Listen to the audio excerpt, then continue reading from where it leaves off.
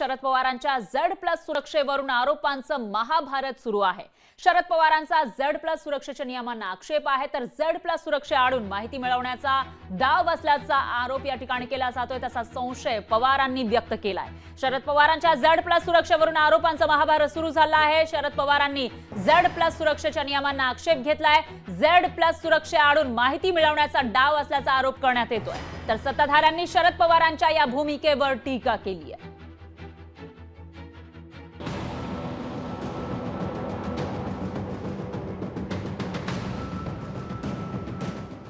शरद पवारांना केंद्र सरकारने देऊ केलेल्या Z+ सुरक्षेवरून वाद निर्माण झालाय। दिल्लीत गृहमंत्रालयाच्या 15 अधिकाऱ्यांनी शरद पवारांशी सुरक्षेबाबत चर्चा केल्याचं कळतंय। पवार Z+ सुरक्षा घेण्यास अनुकूल नसल्याची माहिती आहे।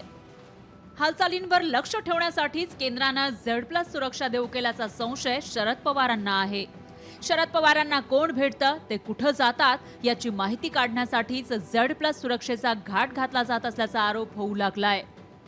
पवार साहेब परवा आमच्या बरोबर होते। पवार साहेबांनी आम्हाला सांगितलं, मी आणि उद्धव ठाकरे साहेब होतो, त्यांना मला जी आता सुरक्षा दिली ती मी नाकारतो आहे असं त्यांनी आम्हाला सांगितलं होतं।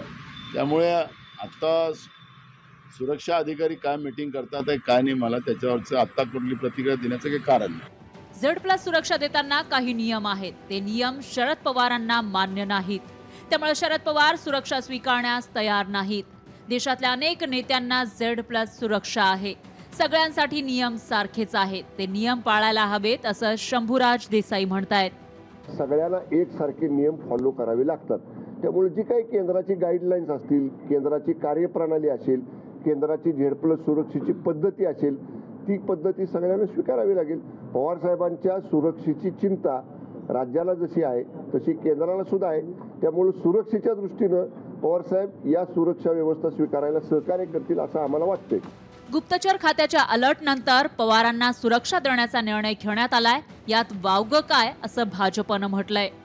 आता त्यांचा सुरक्षा काही इंटेलिजन्सकडे काही बातम्या असतील, माहिती असेल म्हणून त्यांना सुरक्षा देण्यात आलेली आहे।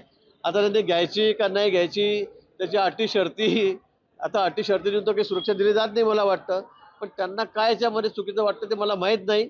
आता त्यांनी त्यांचा प्रश्न आहे, त्यांनी लेखी कळवावं शासनाला। तसं Z+ सुरक्षेवर शरद पवारांचा आक्षेप आहे। Z+ सुरक्षेवरून आरोपांच्या फैरी झडू लागल्यात। त्याचं मोठं रामायण घडण्याची शक्यता नाकारता येत नाही। ब्युरो रिपोर्ट, लोकशाही मराठी, मुंबई। लोकशाही मराठी, ऐका, पहा, जागरूक रहा।